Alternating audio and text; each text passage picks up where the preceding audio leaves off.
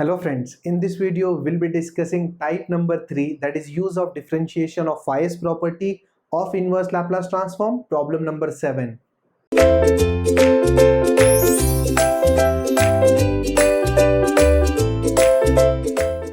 Welcome back friends, let us discuss problem number 7, one of the most important problems of this type. Let us start without wasting time. Obviously we have tan inverse, therefore we need to go ahead with the property of use of differentiation of phi s by use of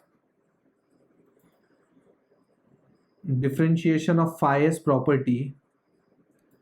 This will be minus 1 upon t into Laplace inverse of its derivative. This is f of x, chain rule. Tan inverse fx is 1 upon 1 plus fx square into derivative of 2 by s square. Derivative of 2 by s square. So let me find it here. Derivative of 2 by s square. If you want, you can copy this also. 2 is outside. In short, inside you are left with 1 upon s square. That will go up. S raised to minus 2. And what is the derivative of s raised to minus 2? S raised to n. N s raised to n minus 1. Minus 2 s raised to n minus 1. Minus 2 minus 1 is minus 3. In short, this is minus 4. S raised to minus 3 means 1 upon s cube. This is minus 4. S raised to minus 3 will go down and that will become s cube. So in short,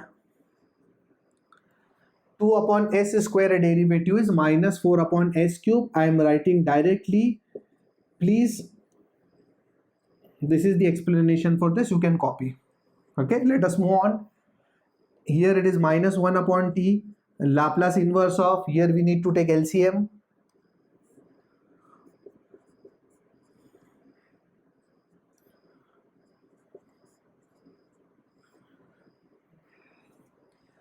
This minus will become plus, and 4 you can take it out.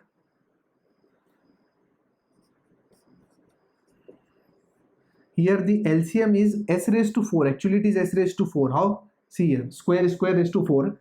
Your LCM will be s raised to 4. And if you cross multiply, this will become s raised to 4 plus 4. And this s raised to 4 will go up. So in short, here it is s raised to 4 plus 4. S raised to 4 will go up. Minus 4 we have already taken outside into 1 upon s cube. This will be cancelled and you will be left with 4 upon t, Laplace inverse of s upon s raised to 4 plus 4. We need to find out Laplace inverse of this particular term. Is this clear till now? What next? How to find Laplace? The main story will start from here. This is the interesting part. How to find Laplace inverse of this? See, in the next type also, in type number 4, partial fraction, also you will find a similar problem. Whenever, at that time I'll ask you, okay, so remember this, whenever we get s raised to 4 in the denominator and we need to find Laplace inverse, I'll show you the technique how to get it. What is the difference first of all here? Here we getting s raised to 4, okay, in the denominator, and we need to find Laplace inverse. A similar problem you'll get in partial fraction. Okay, so let us do it. See here, first of all, this is your first term and this is your last term. How? It's purely s, therefore it has to be the first term. It's a pure constant, therefore it has to be a last term. This is the first term, this is the last term. Let us move on with the formula. I want middle term. First term I have, last term I have, middle term formula. And the formula is middle term square is equal to last term is equal to middle term square upon 4 into first term. This is the formula. And I want middle term because this is my first term, this is my last term. Therefore middle term is equal to root of 4 into last term into first term. You can directly remember the formula to get the middle term, which is equal to 4 into last term. What is the last term? See here, last term is 4. What is the first term? S raised to 4. So what is your middle term? Remember the formula, 4s square. 4s square is your middle term. Is this clear? 4s square is your middle term, so I need to adjust. See here, remember this formula for finding middle term, first term, last term, whatever. To make it perfect square, you can use this formula. You can remember the formula here onwards. S upon, we got the middle term. For making it a perfect square, this will be s raised to 4 plus this middle term will be added once. If we are adding 4s square, obviously we need to subtract 4s square. There is no rocket science here, right? If we adding 4s square, then we need to subtract 4s square. What next? Obviously, after this adjustment,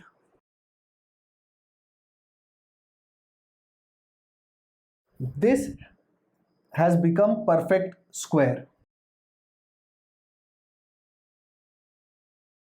Perfect square of square root of this, that is s square, plus sign in between, half of this, that is 2. If we open this will be s square plus 4s plus 4. See here, that is it. And obviously we finding the middle term for making it a perfect square. So after finding middle term, we it's actually s square plus 2 the whole square minus 4s square. What next? This will be 4 by t. Let's write down in the next line. S upon, C here, this is actually a square minus b square. This is actually a square minus b square. And what is the formula for a square minus b square? A plus b, a minus b. So this will be a, this is a, s square plus 2a plus b. This is b square. B square is 4s square. If you take square root, 4 square root will be 2 and s square root will be s. A plus b, a minus b. A plus b, a minus b. Till now, are you clear with it? What next?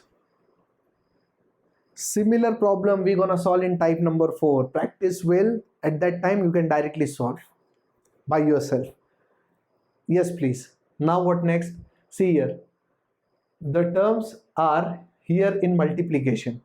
Obviously, if it is multiplication, we cannot separate because the terms are in multiplication.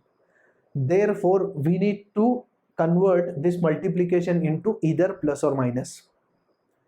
Right? We need to convert this multiplication into either plus or minus. So how it can be done? For that, I am giving a technique. Remember the technique and you can easily manage this problem. This problem as well as type number 5 problem. Similar problem you'll encounter. You're gonna write down the big term. Which one is bigger? Which one is larger? Which term is larger? See here, this is your larger term. Why? Because it's a plus term, so it has to be large.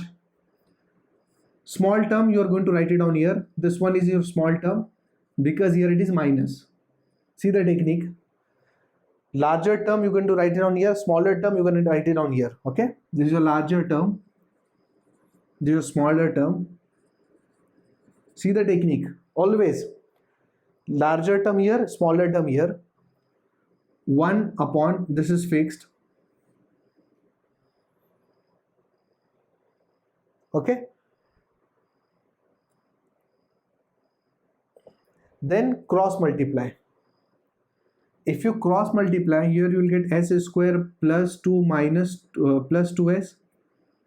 And if you cross multiply this minus will also come into the picture. So this will be minus s square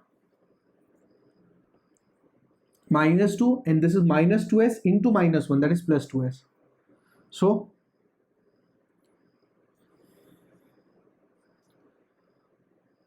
you are left with 4s. Whatever you are left with, you're gonna write it down here.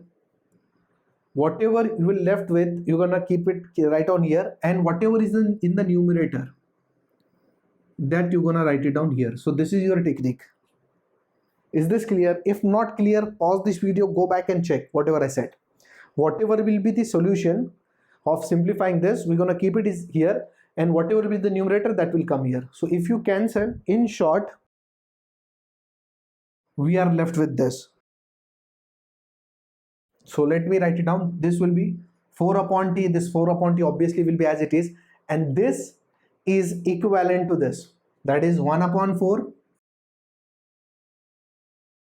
This 4 by t's are different. This 1 upon 4 into Laplace inverse of, we converted this into this, that is 1 upon s square plus 2s, s square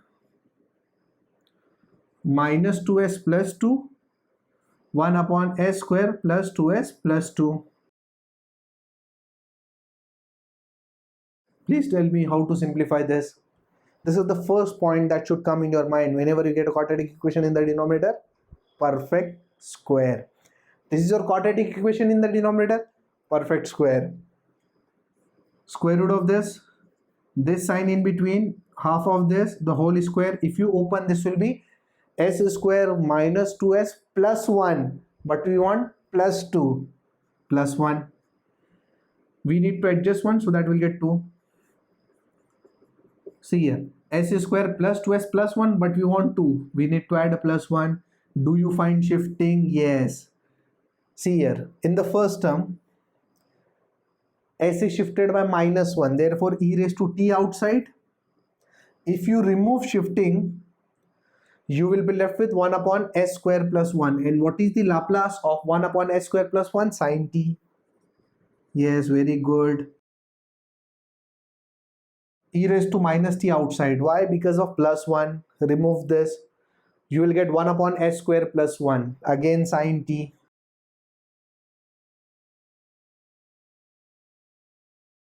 Sin t, you can take it out.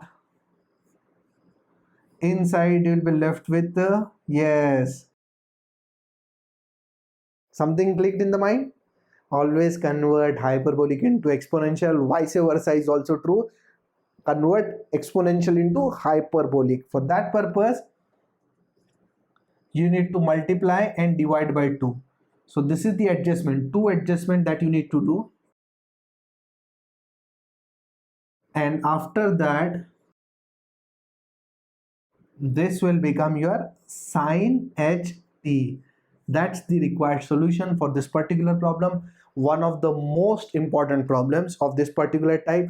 Go through it and be very careful while solving this. See the techniques. This will be useful in type number 4 also. At that time, I'll ask you, and I hope you remember this, and at that time you'll be solving by yourself. We're done with it. Thank you.